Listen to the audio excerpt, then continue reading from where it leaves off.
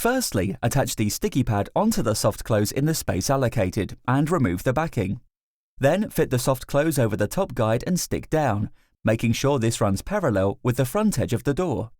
For a left closing door, fit the soft close to the left of the door. For a right closing door, fit it to the right. Using the screws provided, secure the soft close to the top guide.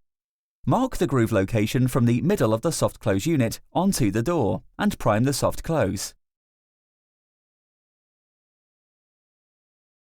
Now fit the door into place and position it where you need, transferring the pencil mark from the door onto the top track.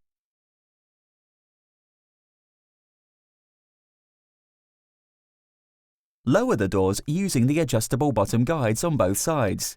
Then measure the gap between the top of the door and the top of the top track.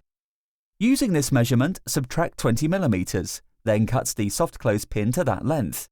For example, if the gap is 45 mm, then the pin height will need to be 25 mm.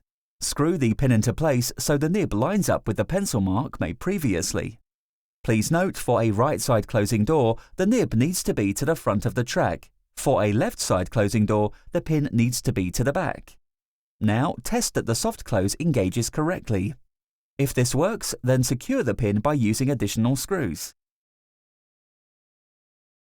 However, if your door doesn't close properly, then adjust the pin to the left or right to suit. Repeat this on all other doors.